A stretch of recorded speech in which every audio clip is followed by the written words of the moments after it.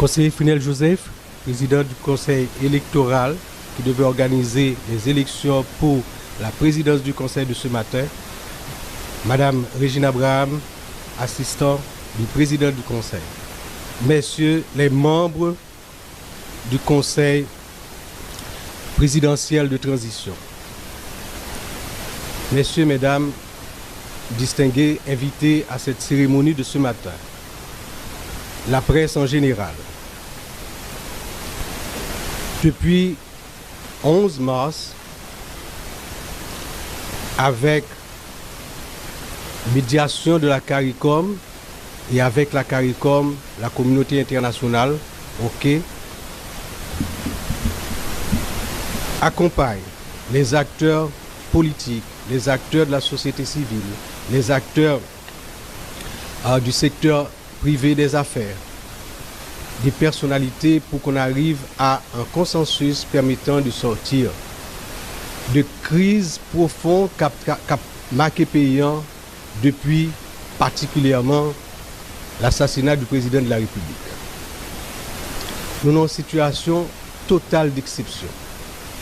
Et depuis ce 11 mars, des discussions, des négociations, des concessions entre divers acteurs conduisent à mettre en place ce conseil de transition et jeudi dernier, le conseil a prêté serment. À partir de cette prestation de serment, il était gagné d'abord pour choisir un président du conseil, ensuite pour lui lancer tout le processus, passant par invitation aux différents secteurs pour proposer et faire choix du Premier ministre, mettre en place un gouvernement et engager les différentes décisions importantes qu'il doit prendre pour que nous arrivions à des élections transparentes, crédibles, non contestées et qui permettent que le 7 février 2000 et qui permettent à partir de réformes constitutionnelles et autres à entreprendre, le 7 février 2026, conseil là finit mandat et faire une passation de manière à ce que nous engagions définitivement dans une période de stabilité pour le pays et puis de relance de l'économie, de relance des activités totales à partir d'institutions de l'État et d'institutions de la société qui chita sur de nouvelles bases. Nous croyons dans le conseil là.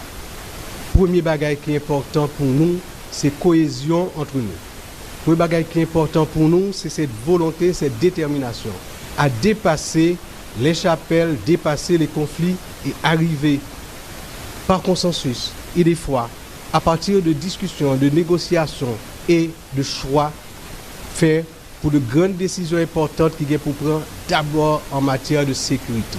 Libérer le pays de l'action de gens qui fait souffrir tellement de gens, qui fait tellement de victimes. Et ce matin, c'est publiquement que nous reconnaissons souffrance toute victime, tout ça déplacé, toute jeune fille, femme qui subit acte de cadéjac, tout le monde qui a caillou boulé, tout entrepreneur qui perdu entreprise. C'est responsabilité grande que le conseil a gagné pour le mener dans tête frette en cherchant le consensus maximum à chaque fois, mais en étant déterminé pour nous arriver en 21 mois respecter mandat ça. Matin, nous prenons 2 heures de temps de retard avant que nous venions devant le public là pour faire cet exercice de discussion, de négociation, de concession qui a amené à, au lieu de un vote de choix par ou majorité, en d'un conseil là de ça. L'acceptation de cet exercice prouve que nous sommes capables.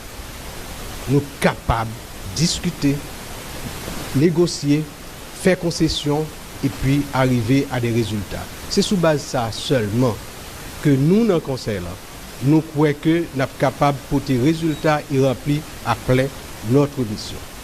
Je remercie tous les membres du conseil, je remercie les organisations politiques, les organisations de la société civile, parties prenantes de la crise et des négociations qui ont amené à la formation de ce conseil.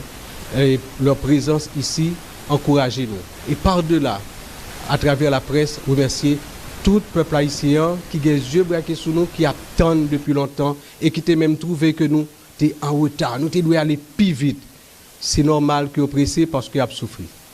Nous ne pas aller si vite parce que nous voulons chaque pas de faire nous consolider et nous assurer que l'autre pas c'est pour un bon pas. Et c'est peut-être ça nous faisons dans le cadre de discussion, de négociation, de concession et de consensus. Mesdames, Messieurs, matin, c'est un pas définitif qui met entre nous dans le processus pour arriver à sortir de crise. Nous gagnons rapidement au Conseil pour nous prendre des dispositions, pour que y ait un gouvernement qui mette en place. Ensuite, il y a des décisions importantes en matière de sécurité qui pour prendre. Est-ce pourquoi? Hier, pendant toute la journée, nous rencontrons le haut commandement de l'armée. Nous rencontrons le commandement élargi de la police. Nous rencontrons avec les unités particulières chargées de la sécurité du Palais national et des conseillers, de manière à regarder qui est en situation aujourd'hui, qui ça qui manquait, qui ça y a besoin pour que même gens nous déterminer et nous connaissons que nous déterminer et que le support venu est capable d'approcher question insécurité et bien les résultats. Selon discussion que nous faisons, entente que nous faisons pour que nous portions besoin en matériel, besoin en équipement que nous avons besoin et surtout besoin en renforcement moral des troupes qui sont terrain, ok? Nous croyons que je vous promets tout ça, que dans les prochains jours, prochaines semaines, et que il y a déjà des signes qui baillent en matière de sécurité dans le pays.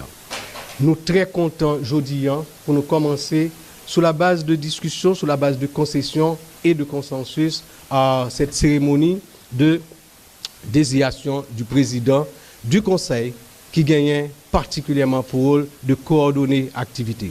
Il est un coordonnateur et ça fait que tout conseiller, partie prenante de toute décision, et toute décision doit être faite dans la transparence. Et c'est ça qui a fait la crédibilité du Conseil. Mesdames, Messieurs, merci. C'est une prise de parole sur le tas. OK? Alors, on va prêter davantage. Merci en pile. Merci beaucoup.